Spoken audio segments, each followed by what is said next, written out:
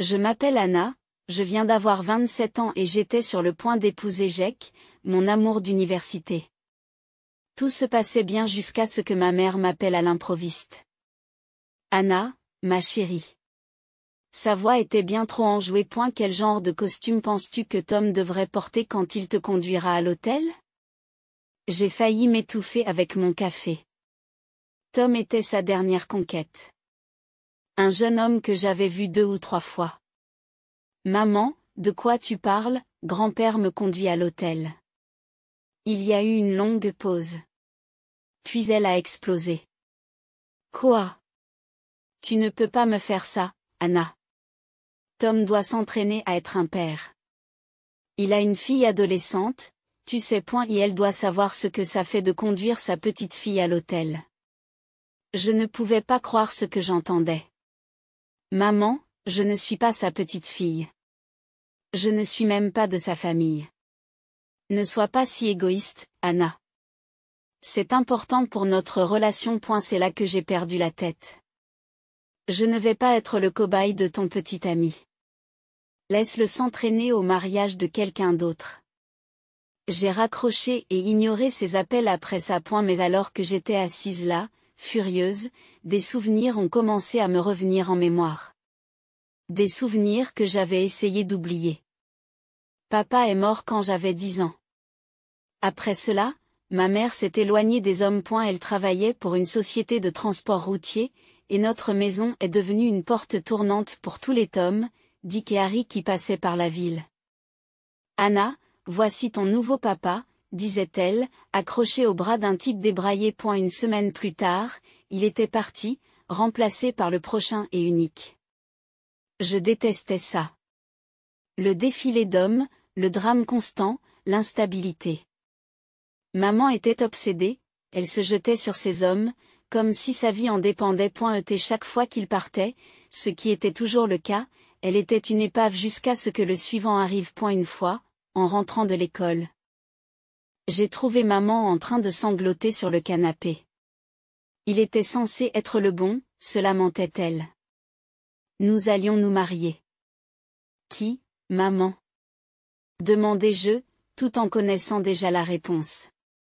Bill, tu te souviens de Bill, n'est-ce pas? Il a dit qu'il m'aimait.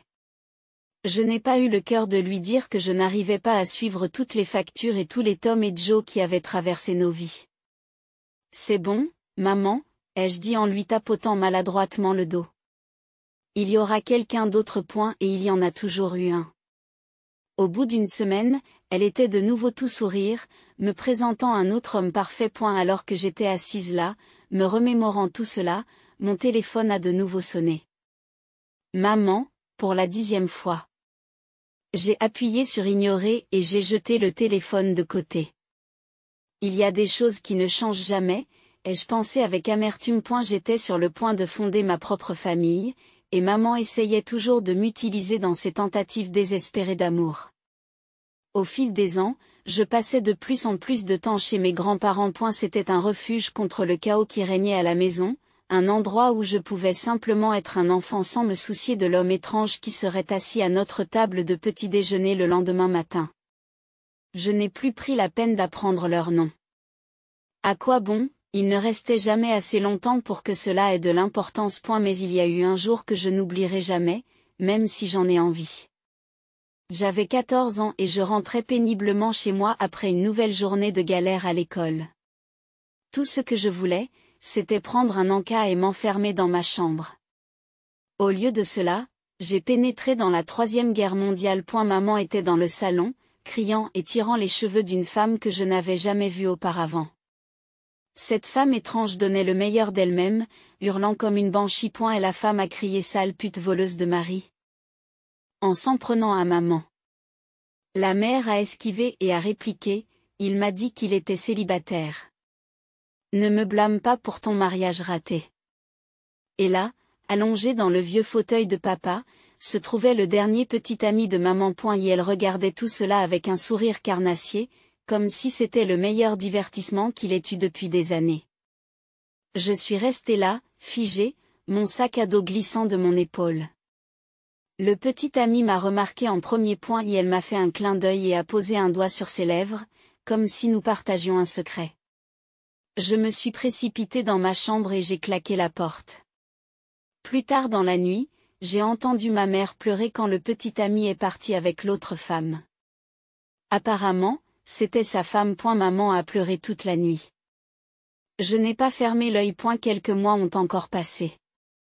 J'ai atteint l'âge de 15 ans, et soudain, le défilé de losers de ma mère a pris une nouvelle dimension, effrayante. Je les surprenais en train de me reluquer quand maman ne regardait pas. J'en avais la chair de poule. Puis vint le jour qui changea tout. J'étais dans ma chambre, essayant d'étouffer le bruit de maman qui gloussait au téléphone avec son dernier compagnon. On a frappé à la porte d'entrée, puis des voix se sont élevées pour se disputer.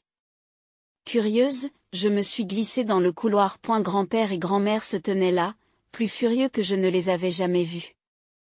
La voix de grand-père était comme de l'acier. Il faut que ça cesse, Linda.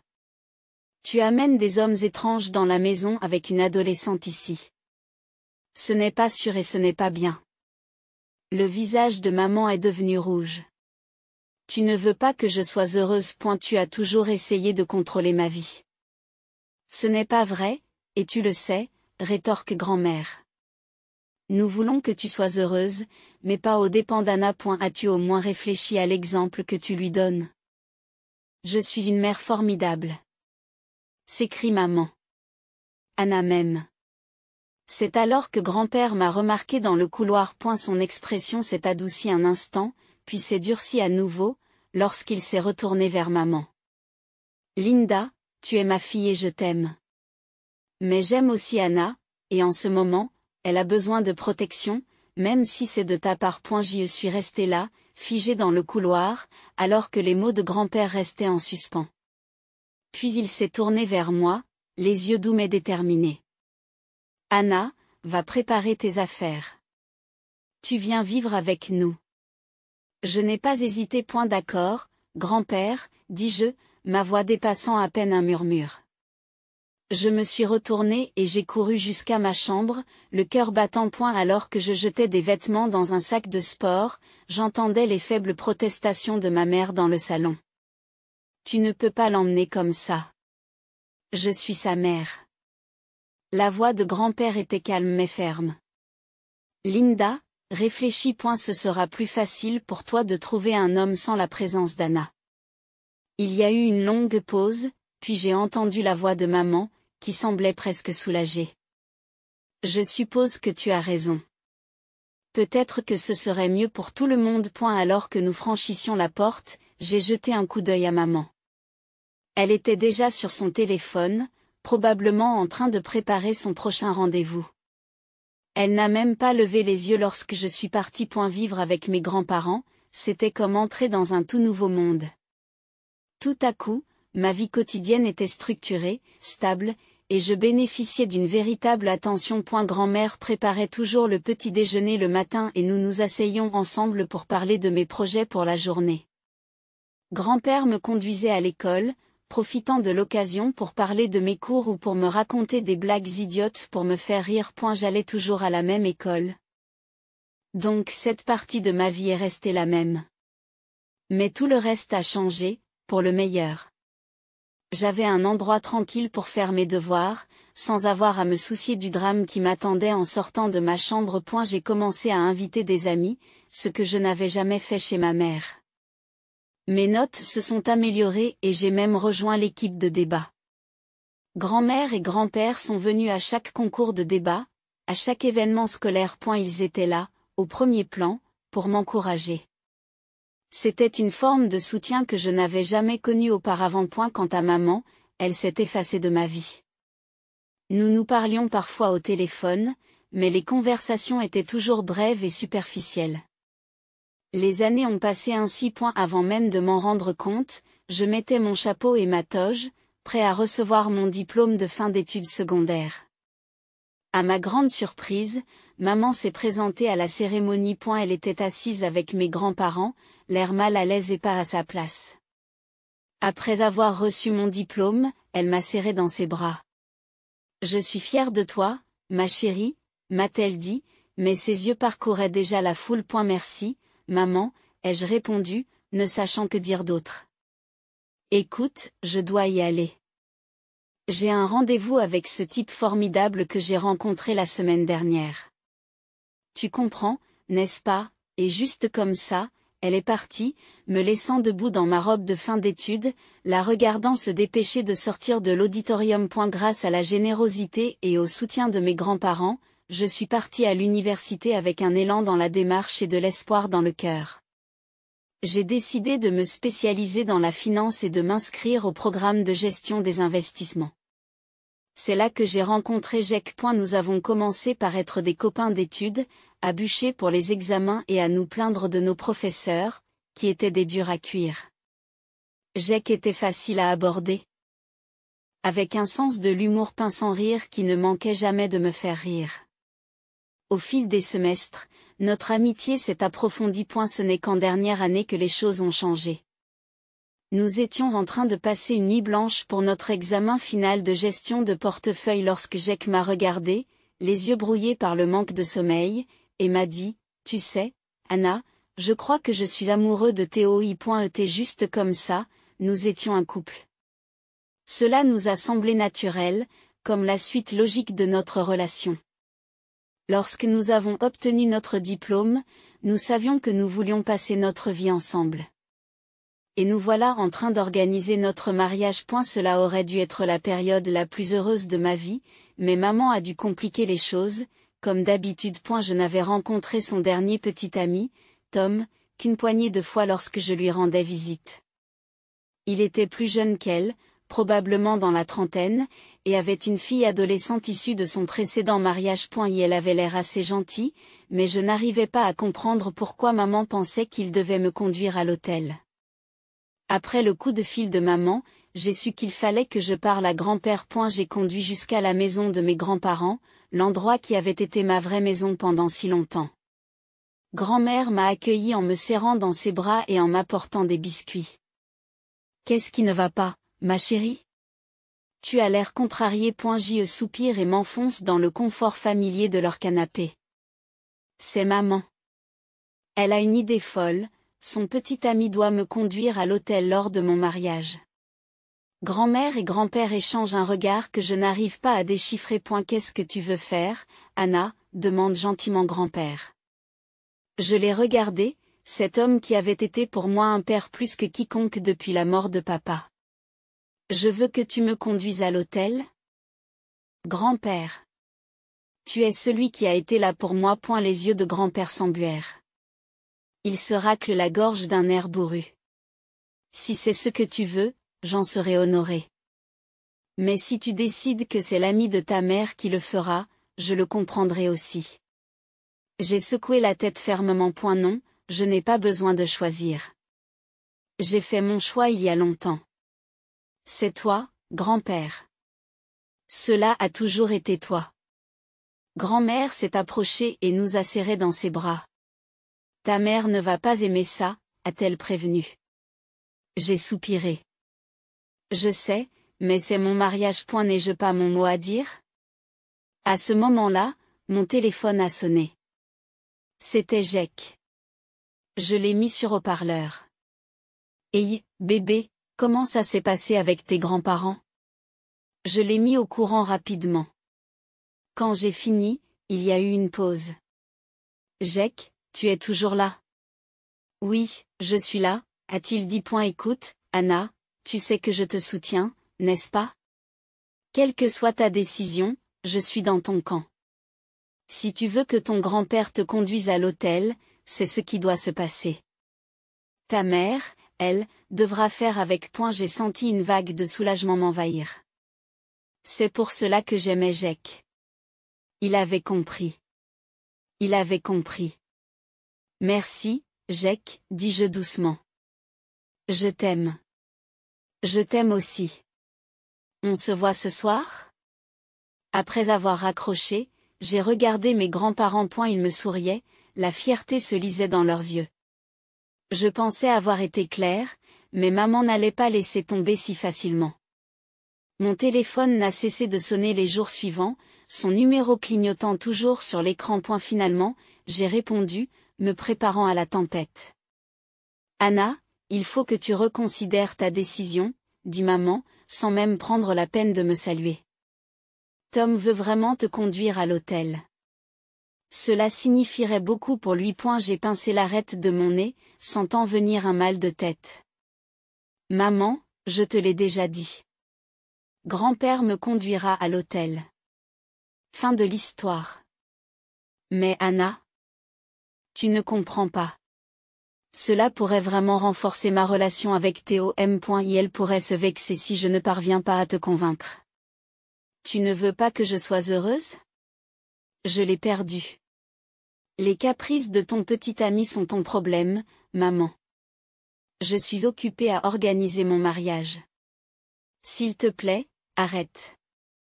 Il y a eu une pause, puis la voix de maman est devenue froide. D'accord. Si c'est ce que tu veux, peut-être que je ne viendrai pas au mariage du tout. L'ancienne moi aurait peut-être fait marche arrière, aurait peut-être essayé d'arranger les choses. Mais je n'étais plus cette petite fille effrayée. Tu sais quoi, maman, si c'est ce que tu ressens, alors ne viens pas. C'est censé être le plus beau jour de ma vie, et je n'ai pas besoin de ton drame. J'ai raccroché avant qu'elle ne puisse répondre, mes mains tremblant de colère et de quelque chose d'autre, de soulagement, peut-être. Quelques jours ont passé et j'ai commencé à me détendre. Peut-être que maman avait enfin compris le message. Peut-être qu'elle se calmerait et que nous pourrions parler en adulte. J'aurais dû m'en douter. J'étais au travail, plongée dans un rapport financier, quand l'assistante de mon patron est venue à mon bureau. Anna, Monsieur Thompson veut vous voir dans son bureau. Confuse, je me suis dirigée vers le bureau du coin.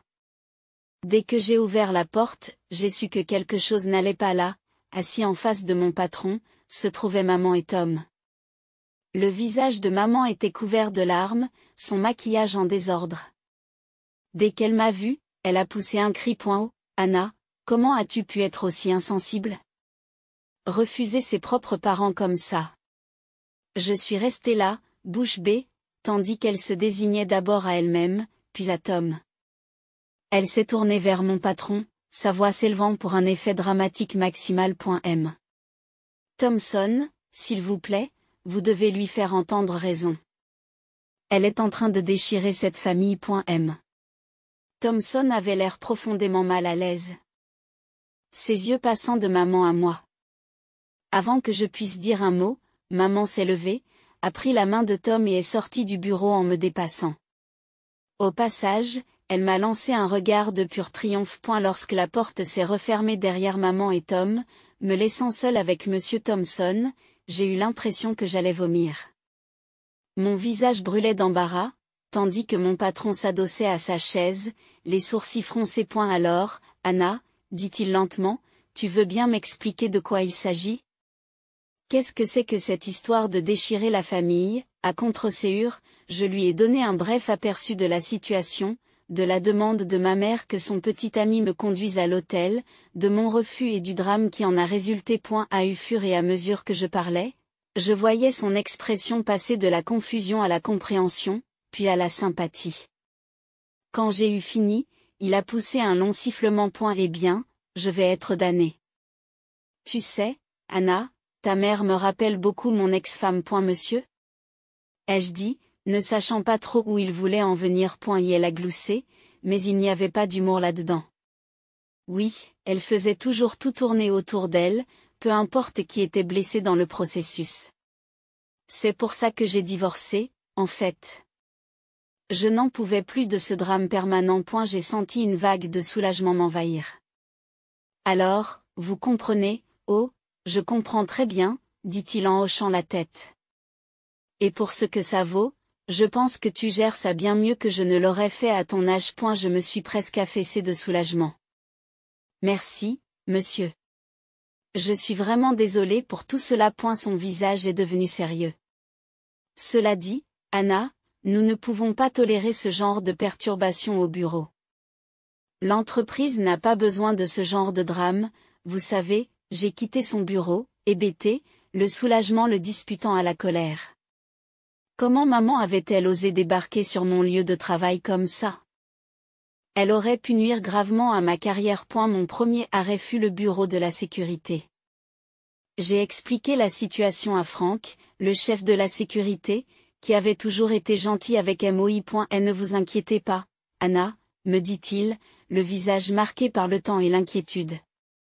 Je veillerai à ce qu'il n'entre plus. Concentre-toi sur ton mariage. Dès retour à mon bureau, j'ai ouvert mon courrier électronique. Mes mains tremblaient pendant que je tapais, mais je me suis forcée à continuer. Maman, je n'arrive pas à croire que tu sois venue à mon bureau aujourd'hui. Tu aurais pu mettre mon travail en péril avec ce coup d'éclat. J'ai essayé d'être compréhensive, mais c'est la goutte d'eau qui fait déborder le vase. Je t'écris pour t'informer que tu n'es plus invitée à mon mariage. Votre petite amie n'est pas invitée non plus. N'essayez plus de me contacter ou de vous présenter sur mon lieu de travail. J'ai besoin d'espace, loin de toi et de ton drame. J'espère qu'un jour tu pourras comprendre pourquoi je fais cela, mais pour l'instant, j'ai besoin de me protéger et de préserver mon bonheur. Anna. J'ai appuyé sur envoyer avant de pouvoir me remettre en question, puis je me suis assise, me sentant vidée mais étrangement libérée. Le lendemain, j'ai appelé grand-mère et grand-père pour les informer de ce qui s'était passé. Il y a eu un long silence après que j'ai fini de parler. Oh, ma chérie, dit finalement grand-mère, la voix chargée d'émotion. Tu as fait ce qu'il fallait. Ce n'est pas facile, mais il faut parfois fixer des limites, même avec la famille. Grand-père parle d'une voix bourrue. Nous sommes fiers de toi, Anna. Et nous serons là pour ton grand jour, quoi qu'il arrive. A eu cours des semaines suivantes, Jacques et moi nous sommes lancés dans l'organisation du mariage. Nous avons opté pour un événement relativement modeste, une 50aine de personnes, uniquement nos amis les plus proches et notre famille. Chaque fois que je regardais la liste des morts, je ressentais un pincement au cœur à cause de l'absence de maman. Mais ensuite, je me suis souvenu de son comportement, de son égoïsme, et j'ai su que j'avais fait le bon choix. Les parents de Jacques m'ont merveilleusement soutenu tout au long du processus. Sa mère m'a aidé à choisir ma robe et son père a proposé de s'occuper de la musique pour la réception. Ils n'ont jamais mentionné le drame avec ma mère, mais leur soutien discret a été très important pour moi. Le grand jour était enfin arrivé. Je me tenais juste devant les portes de l'église, le cœur battant à la fois d'excitation et de nervosité. Grand-père se tenait à mes côtés, élégant dans son smoking, les yeux embués d'émotion. La marche nuptiale a commencé à jouer et la porte s'est ouverte. Je voyais Jacques qui m'attendait devant l'autel, son visage s'illuminant en me voyant. C'était le moment. C'était le moment dont je rêvais. Nous avions à peine fait 2 pas qu'un tumulte éclata derrière nous. Je me suis retournée, l'estomac retourné, et j'ai vu maman et Tom se frayer un chemin à travers les portes. Arrêtez! Cria maman, le visage rouge de colère. Ce n'est pas normal. C'est Tom qui devrait la conduire à l'hôtel. Je n'arrivais pas à y croire. Même maintenant, même ici, elle essayait d'en faire une affaire personnelle. Maman, ai-je sifflé, que fais-tu? Tu n'es pas invitée. Elle m'a ignorée et s'est tournée vers grand-père. Écarte-toi, vieil homme. Ce n'est pas ta place. J'ai senti la rage bouillir en moi. Comment oses-tu, crachai-je. Comment oses-tu essayer de gâcher le jour de mon mariage à cause de tes stupides caprices? Sors d'ici. Le visage de ma mère s'est décomposé et le travail de l'eau a commencé. C'était un spectacle que j'avais déjà vu des milliers de fois. Oh, Anna, se lamente-t-elle. Comment peux-tu être aussi cruelle? Après tout ce que j'ai fait pour toi? Je t'ai élevée toute seule après la mort de ton père. J'allais répondre lorsque grand-père s'avança. La voix calme mais ferme. Ça suffit, Linda. Tout le monde ici connaît ta réputation. Tout le monde sait qui a vraiment élevé Anna. Tu dois partir. Maintenant. Maman regarde autour d'elle, semblant remarquer les invités pour la première fois. Des dizaines de visages la fixaient, un mélange de choc, de dégoût et d'embarras de seconde main transparaissant clairement dans leurs expressions. Melon était en train d'acheter son numéro. Son visage se durcit, les fausses larmes disparaissant en un instant. Très bien, grogna-t-elle. Si c'est ce que tu veux, Anna, alors j'arrête. Je te renie. J'ai Tom maintenant, un homme qui m'apprécie vraiment. De toute façon, tu as toujours été stupide et arrogant. J'ai eu l'impression d'être giflé, mais avant que je puisse répondre, grand-père s'est de nouveau avancé. Eh bien, Linda, dit-il. Sa voix était froide. Si c'est ce que tu ressens, alors laisse-moi te dire quelque chose de clair. Tu ne fais plus partie de mon testament. Et tu n'es plus dans ma maison. C'est ma propriété, et je veux que tu t'en ailles d'ici la fin de la semaine. Alors que les mots de grand-père résonnaient dans l'église, j'ai vu les couleurs disparaître du visage de maman.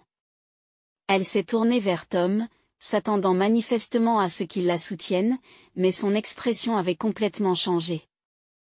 Il a jeté un coup d'œil à grand-père, puis à maman. Attends, est-ce qu'il vient de dire que tu ne fais plus partie de son testament ? Et que tu es viré de la maison, maman acquiesce faiblement, les yeux suppliants. Le visage de Tom se durcit. Dans ce cas, c'est fini. Je n'ai pas besoin de toi sans argent. Je peux trouver quelqu'un de plus jeune de toute façon. Sur ce, Tom se retourne et sort de l'église, laissant maman sous le choc. Pendant un moment, tout est resté silencieux. Puis, maman a poussé un cri qui m'a donné la chair de poule. Elle s'est élancée vers moi, mais Jake s'est placé devant moi pour me protéger. À ce moment-là, 2 officiers de police sont entrés dans l'église, probablement appelés par l'un des invités. Madame, dit l'un des policiers en s'approchant de maman. Nous allons vous demander de vous calmer et de quitter les lieux. Mais la mère n'avait plus de raison. Elle s'est mise à sangloter et à crier, lançant des insultes à tout le monde tandis que les officiers l'escortaient gentiment, mais fermement, vers la sortie. Ces cris ont résonné dans l'église, même après que les portes se soient refermées derrière eux. Nous avons fait une pause de 30 minutes pour nous ressaisir. Lorsque nous sommes revenus, la cérémonie était magnifique. Alors que Jake et moi échangions nos vœux, j'ai senti un sentiment de paix m'envahir.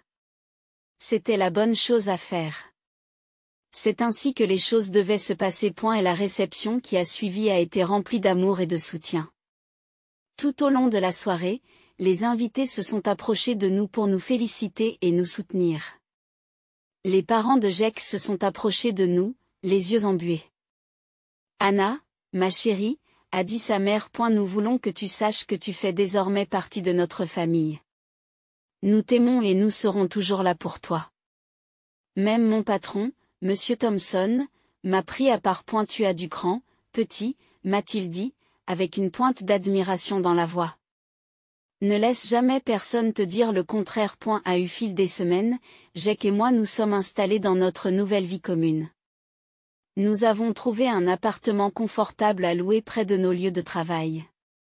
Il n'était pas luxueux, mais c'était le nôtre, et nous aimions en faire notre maison. Grand-père a tenu parole et a expulsé maman de sa maison. Jake et moi avons décidé de la louer pour obtenir un revenu supplémentaire. Cela nous a fait du bien de transformer quelque chose qui avait été une source de douleur en quelque chose de positif pour notre avenir. Après le fiasco du mariage, nous n'avons plus entendu parler de maman. D'après les ragots du quartier, elle louait un petit appartement à l'autre bout de la ville et reprenait ses vieilles habitudes, passant d'un homme à l'autre à la recherche du bon. Une partie de moi était triste pour elle, mais une plus grande partie se sentait soulagée. Pour la première fois de ma vie, je n'étais pas responsable de son bonheur. Je n'étais pas pris dans le feu croisé de son drame. Un soir, environ 6 mois après le mariage, Jake et moi regardions notre album de mariage. Nous sommes tombés sur une photo de moi et de grand-père descendant l'allée, tous deux rayonnants. Tu sais, dit Jake en me serrant la main, je suis vraiment fier de toi. Je suis vraiment fier de toi. La façon dont tu as géré les choses avec ta mère, tu es incroyable. Je me suis penchée sur lui, sentant une chaleur se répandre dans ma poitrine. Je n'aurais pas pu le faire sans toi. Alors que j'étais assise là, entourée d'amour et de soutien, j'ai réalisé quelque chose. Le jour de mon mariage ne s'était pas déroulé comme prévu. Il avait été désordonné, dramatique et douloureux. Mais c'était aussi un tournant point sans vous tous, vous, votre famille, mes grands-parents. Vous êtes ma vraie famille. C'est le jour où je me suis enfin libérée du cycle de manipulation et de culpabilité qui avait défini ma relation avec maman pendant si longtemps.